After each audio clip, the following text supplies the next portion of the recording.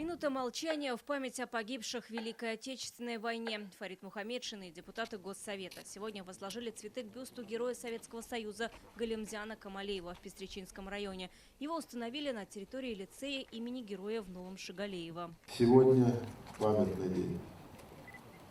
Святая трагическая дата нашей истории – 82-я годовщина начала Великой Отечественной войны. К памятной дате в лицее выставка. Фронтовые трофеи, письма, боевое оружие, фотографии героев. В Пестричинском районе 3 героя Советского Союза – Василий Осипов, Петр Гаврилов и Галимзян Камалеев. На выставке представлены и их личные вещи. В памятный день парламентарии на выездном заседании обсуждают патриотическое воспитание молодежи. Сегодня в республике больше миллиона людей от 14 до 35 лет.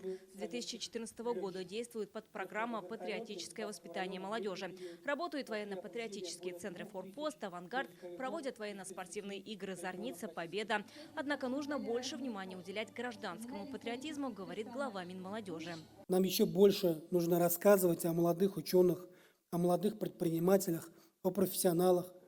Молодой хирург, который каждый день спасает жизни людей, или молодые учителя, которые воспитывают нашу молодежь. Білім беру программалары елдан ел камилләшә бара дип сөйләшәбез.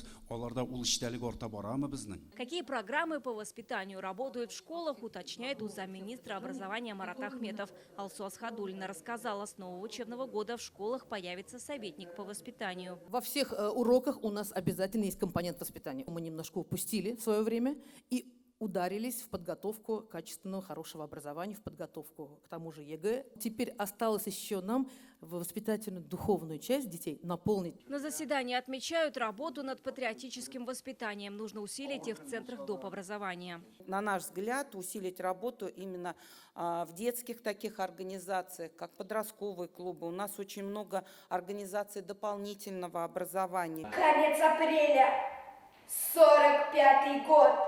Как работают подростковые клубы, депутаты ознакомились в Казани. Этот клуб «Лимонад» работает с 2016 года. Здесь театральная, танцевальная студия, школа ИЗО, гончарная мастерская, спортивная секция. Есть чем заняться, и это как бы интерес развивает как-то человека, то есть чтобы он увлекался чем-то. В Казани сегодня 66 подростковых клубов. Их посещают больше 18 тысяч ребят.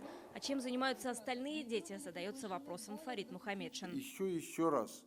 Значит, посмотреть, где мы не дорабатываем, где наши резервы, что можно еще сделать для того, чтобы помочь молодым людям сориентироваться. И не только в вопросах патриотизма, и профессиональной подготовки, по образованию, по выбору профессии.